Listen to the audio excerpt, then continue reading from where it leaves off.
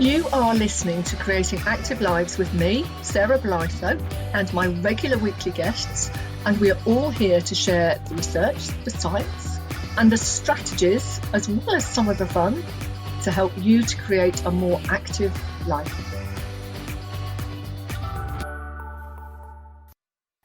Hello and welcome to this week's episode of Creating Active Lives with me, Sarah Blytho, and my guest this week, Nova Cobban.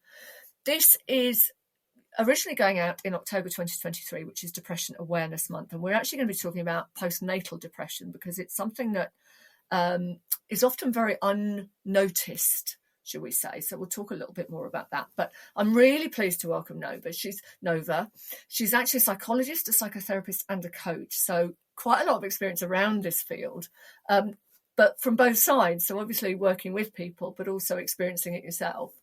But particularly specialising in helping women through kind of the times in their life where your sense of identity gets eroded, or you just kind of lose track of who you are. And I think that's something a lot of women experience. You kind of, your mum, your partner, your daughter, and you kind of lose a bit of track of who you actually are themselves. And what Nova does is help people kind of rebirth their identity and step back into who they really are, with an oomph, really. We all want a bit more oomph, don't we? She's worked with an awful lot of people, and private clients. So, companies like Apple, Spotify, TikTok, Saatchi and things like that as well. But as well as featured in quite a lot of magazines. So if you read any of particularly the women's magazines, you may well have seen her name crop up. So Nova, tell us a little bit more about what you actually do, and then we'll talk about the postnatal depression side of it as well.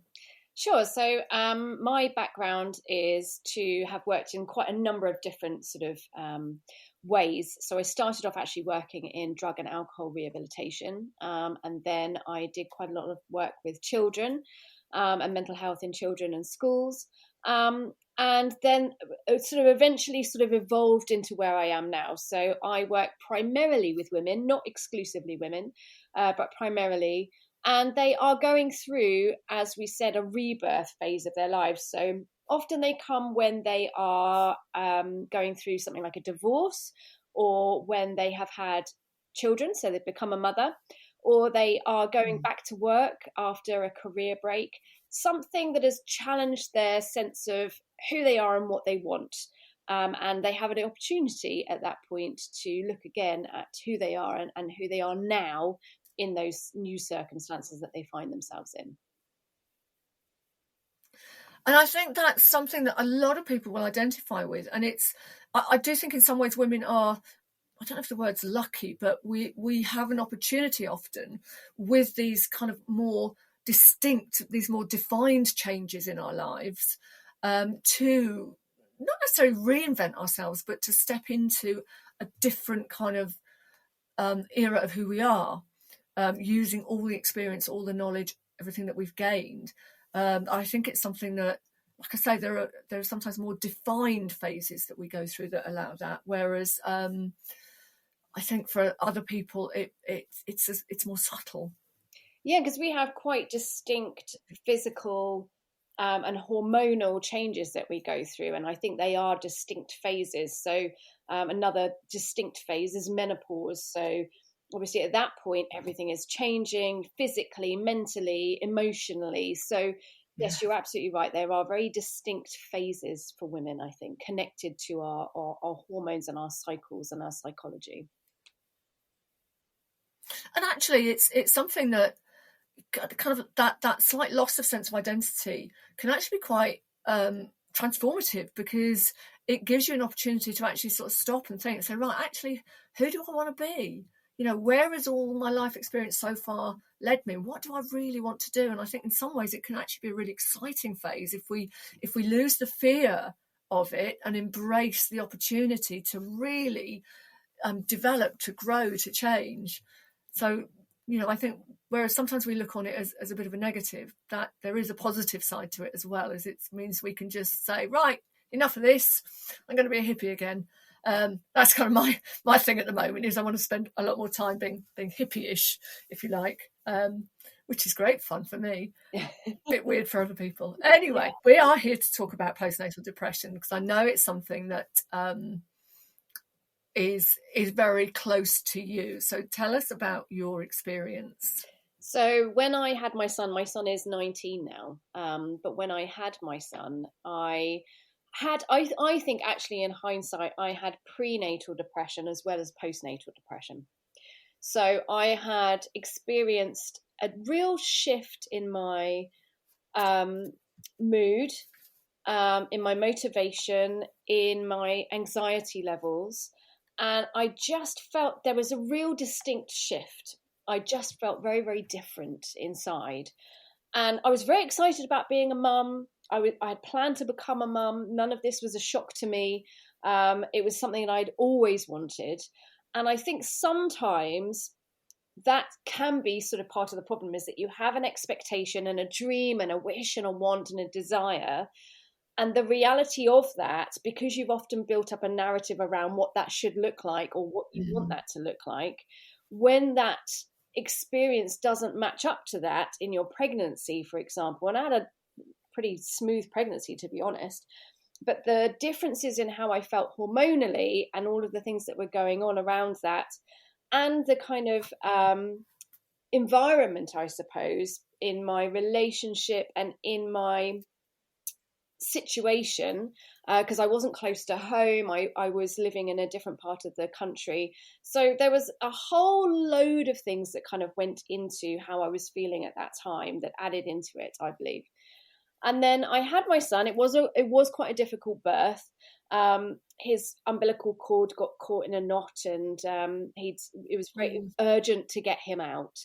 And I had been sat in the hospital, and it was very, very slow. It was taking a really long time, and he was back to back, so it was very, very painful. And they had me sign all these forms to say, right, we now need to go and get you in for a cesarean and prep you for that. And please sign the form that says that we're not liable if you die, and all of those kind of scary, scary things when you're, because I was 24 when I had Noah, so relatively young. And so had Noah, he was fine. But I had this very strange experience literally just after I had him. So I didn't end up having a cesarean. They did manage to just do an epidural and get him out that way with forceps. And they placed him on my tummy, and I remember saying hi to him. And then I remember hearing this sound in the background, and I thought, what is that wailing sound? It was bizarre. And it was me. I was making that sound. Wow. I've never, ever experienced anything where I had disassociated from what was happening in me until that moment. And I've never had it since either. And I was so disassociated that I hadn't recognized that I was making that sound. Gosh. So I knew something very strange was happening. And I think that recognition that had happened sort of built a fear up in me in the first place. It was, it was very frightening to realize that had happened. And my mum described it afterwards as keening, the sort of word for grieving, essentially. And I remember thinking, well, why on earth would I be grieving when I've just given birth to my son, who, I immediately loved very, very much. And then over the next few days, a few more sort of things started to happen. So I remember a couple of days after I'd given birth to him, I had the baby blues, as they would term it. But what I was recognizing in myself was that I just couldn't stop crying, but I wasn't upset. Again, it was quite a disassociated state that I was in. So I remember crying and knowing that I was crying and seeing myself crying. And the woman in the cubicle next to me had her mum visiting, and her mum had obviously heard me crying and had sort of popped her head round the corner and said, "Are you okay?" And I was like, "Yeah, I'm absolutely fine." But I was just streaming with tears. And the nurses were saying, this is just baby blues, don't worry. And I was like, okay, I don't know what to expect. Maybe this is fine. And I guess to a certain extent, I thought that was fine. But what I found in the days after that was that wasn't going away. And I remember trying to describe to my partner, my son's father, how I was feeling and finding it very hard to put words to it. And I remember just saying to him, I just feel like my world has fallen apart inside. And externally, Right. everything seemed fine. And I was very attached to Noah. You know, I had a good bond with him. But I felt like internally, everything had shattered. And I can't really find a better way to describe it than that. But I knew that something had fundamentally changed and it didn't feel very good. And I could sort of see the edges of darkness around me, sort of wanting to creep into my mind. And I was trying very, very hard to keep that at bay because it appeared scary to let that in. Right. And that's sort of how I knew that something was happening that I later found out was postnatal depression. So when you say you later found out, actually, I just want to jump back. You said that you think it came on in pregnancy. In actual fact, the latest research out there does show that at least a third of women actually start to experience depression during pregnancy.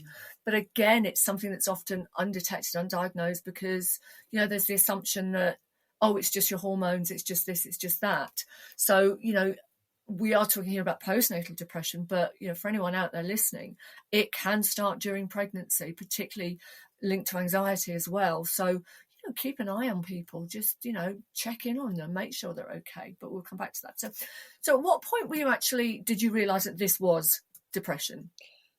I think for a long time I didn't realize, and I can't remember whether it was a conversation with my mum or it was a conversation with my health visitor, where you know, when you have to fill in a form that sort of checks whether you are actually potentially suffering from postnatal depression.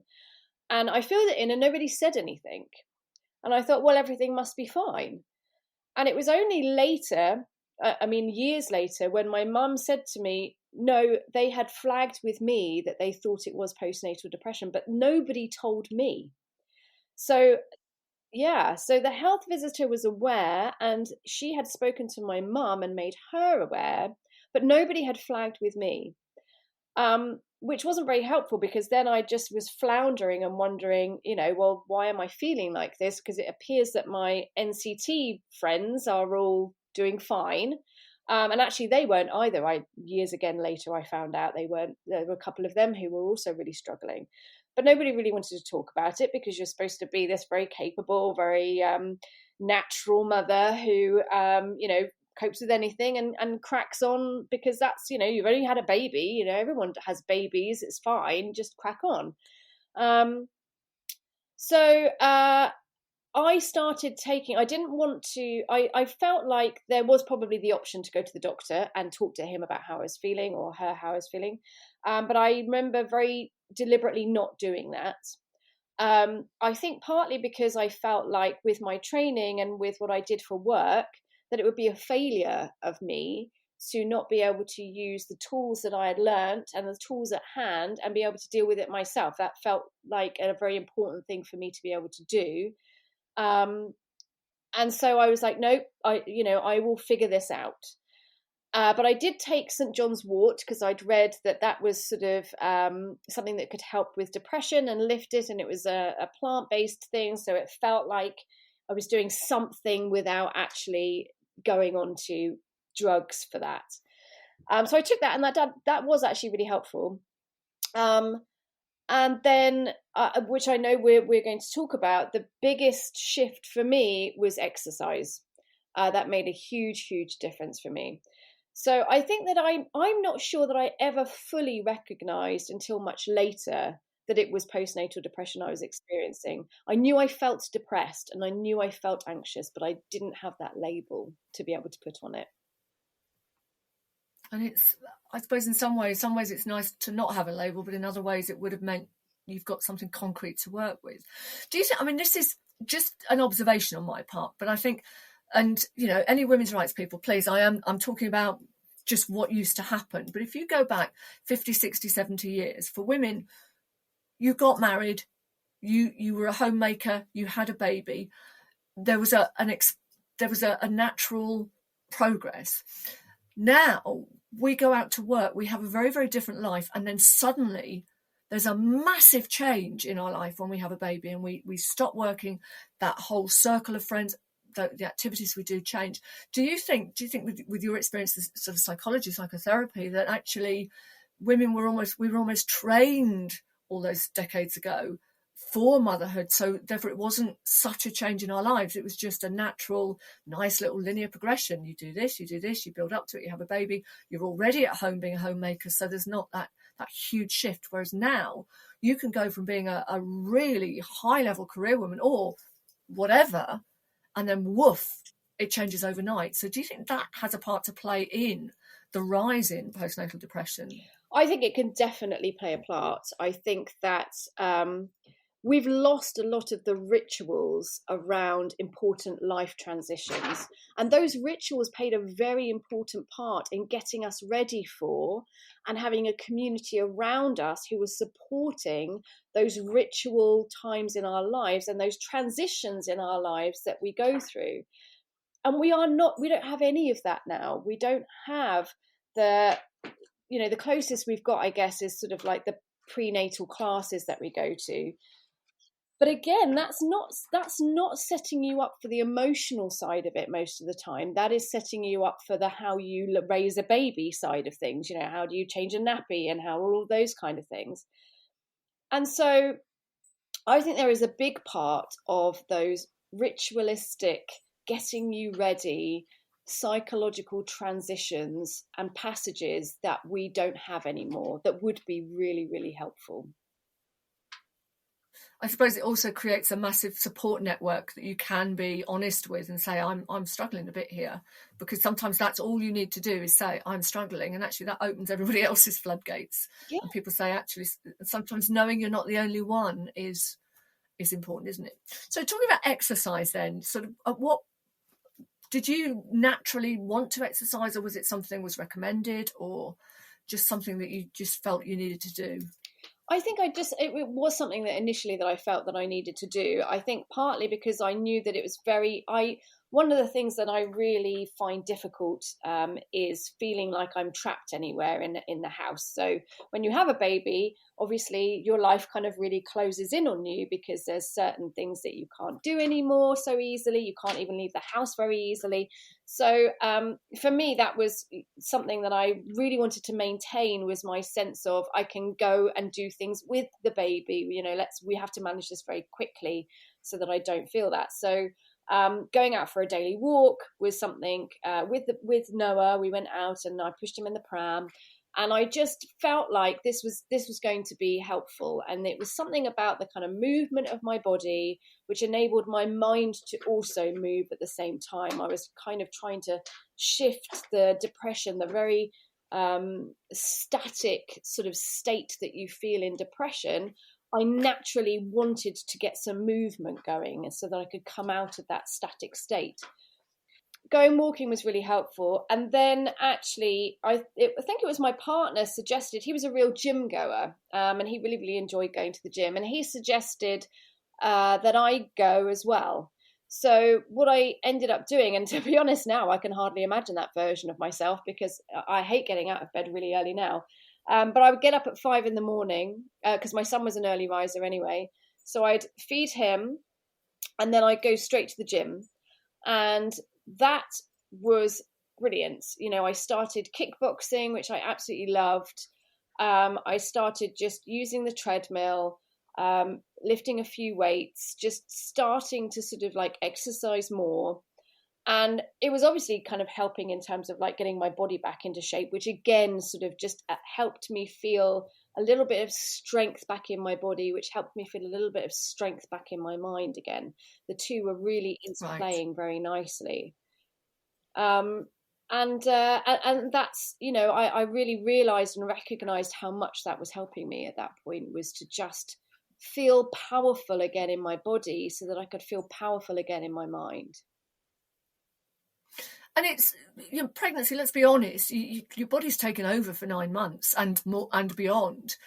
because ultimately you're growing a person, and you come second. You know, the baby takes the nutrients it needs, it takes the energy it needs and everything as it's growing, and you do come second. And I think for a lot of people it's very hard to get themselves back as a priority, because you then have a baby and the baby takes priority. So you kind of, like with what you do, you lose touch with who you are as a person. You've become this, first of all, a vessel for growing this person, and then you are the kind of link to keep it alive and help grow. So I think it's very easy, and I think for a lot of people struggle with that. Some people love it, some people thrive on it, some people struggle with it, but others, like you, just really coming to terms with it is so hard. And I think maybe that makes us more vulnerable to depression, postnatal depression, is that loss of self, particularly if you worked before, because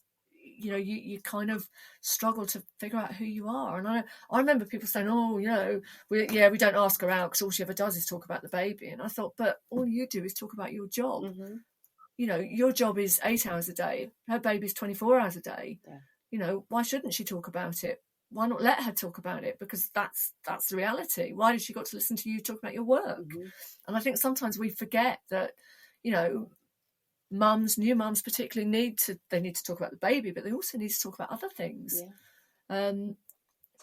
Particularly other things, you know, to get away from that kind of baby thing. Yeah. So how quickly did you notice that the exercise was helping? I think really quite quickly I was noticing it was making a difference. Maybe within sort of 2 or 3 weeks, really, that it was already making a difference. But I think that it was only when I sort of looked back and saw that I was feeling better over a period of time, did I think to myself, oh, that's what's changed and that's what's working. Because I think before that you're sort of like, well, is it just that I kind of, you know, I'm getting used to being a mum now, or, you know, I've got slightly more sleep, or there's so many factors that kind of interplay. But I think the fact that I kept wanting to do it, which really just sort of said to me that was important. And I think there was something else about, you know, going out for a walk with Noah was lovely, but going to the gym was time for me as well. So it was playing a dual purpose of, I was getting the exercise that was helping me mentally, but also I was getting some space to focus on me and my body. And just like you said, you know, your body is very much consumed with birthing, you know, growing the child, birthing the child, and then feeding the child and keeping the child alive. So your body is not your own for a really long time. And I mean, we had some other sort of external factors as well, which I think made it last longer for me, because we actually moved country as well. So that I was then we moved to Monaco, and I ended up being very isolated because I then didn't have any of my friends and family around me. Right. And I think that and also my relationship was sort of disintegrating at the same time. And I think in hindsight, actually, my partner went through some sort of similar depression as well. And so mine lasted longer than perhaps it would have done if those changes hadn't have happened, because I think all told, it lasted at least a year. Yeah. It's interesting you mentioned about your partner, because paternal postnatal depression is now recognised, and it is something that they're diagnosing more and more, recognising more and more, and there's more and more support. But also they're recognising that it can have an impact on the child's growth and development in the same way that the mother's postnatal depression can. So, you know, this isn't restricted to women, just postnatal depression. Men can experience it as well, for a variety of factors. But I think it's important to look out for people. And just a little rant alert. But, you know, if you've got friends who are pregnant, have had babies, don't assume they're happy. Don't assume that they're overjoyed with the new mum thing. Don't assume that they're still in their pajamas at 4 o'clock because they've been busy with the baby. Don't assume that they're eating properly, that they're showering properly, because it's not always the time with the baby that's the issue. Sometimes it is depression. So, you know, with friends with new babies, don't just say, are you eating properly? Go around there with a meal. but take the baby away from them while they sit down and eat it uninterrupted. Take the baby out for a walk while they can have a long bath or shower and wash their hair and get dressed, and really support people. Have the baby for an hour while they pop to the gym or go for a walk or go to a yoga class, because I think sometimes we sort of say, oh, how is everything? Are you okay? And people will say yes when it's not okay. They don't want to say, I know I should be really happy, this is what I wanted, but I don't feel right, I don't feel okay. We need to be far more observant, because just taking somebody a meal and sitting down while they eat it, just spending time with someone, just letting them talk, could be the difference between them really starting back on the road to recovery or going further down into depression. So, I do rant about this quite a lot, which is just never assume mum and dad are okay. Ask directly, ask the awkward questions, but do the practical things to help support people as well. Have the baby for an hour. It's an hour of your time, but it breaks up the 23 hours of time that mum's or dad's with them. So, really be observant, be supportive, be protective, because that's what we need sometimes. And you're more likely to open up, aren't you, when people are just kind. Yeah, absolutely. And sometimes it's really hard to ask for help, isn't it? So when you don't need to ask for help because help has just arrived, then it's much easier at that point to just accept the help rather than to somebody say, oh, if you need any help, just ask me. That's too hard for a lot of the time. Yeah. Do you think as well that when people just turn up with a meal with, here you go, here's some bath salts, go and run yourself a bath and have a good long soak, I think that helps you to realise that actually that's how much you need help.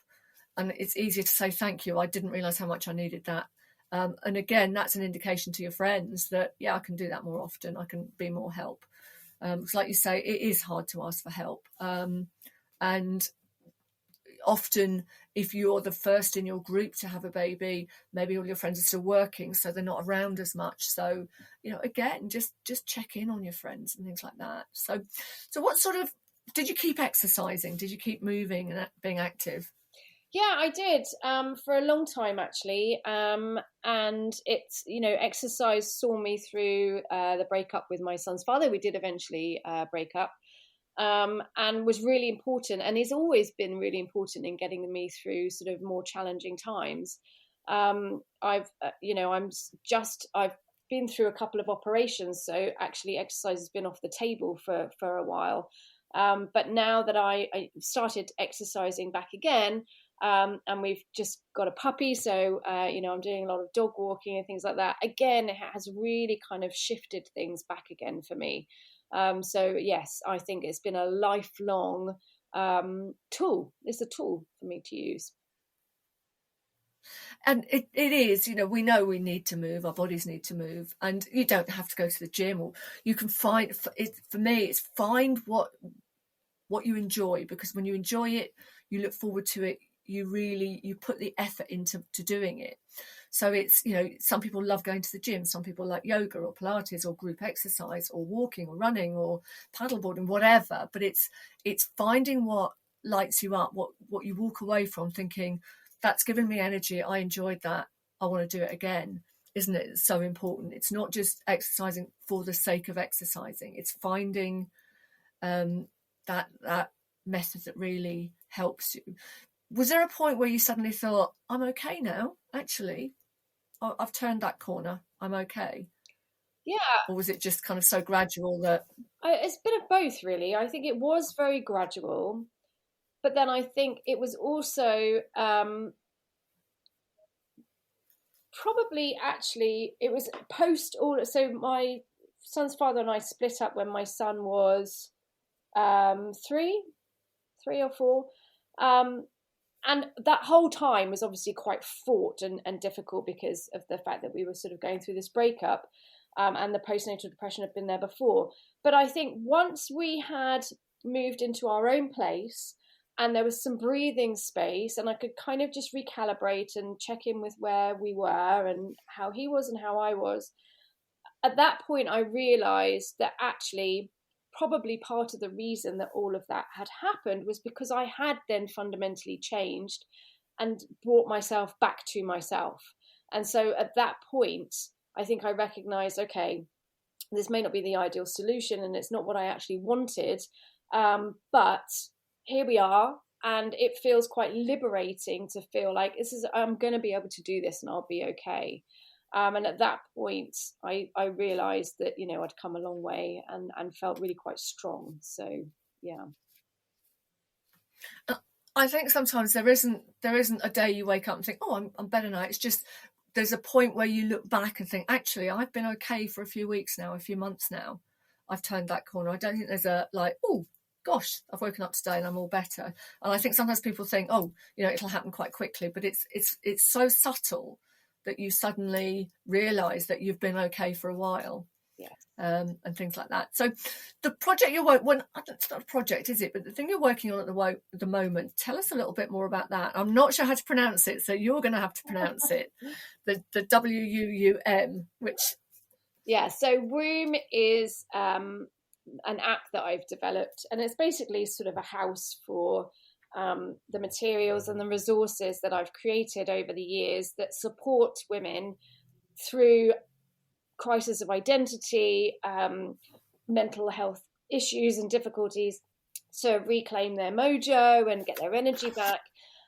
So I created this app, and in there are the resources to help you that you can kind of go through in your own time.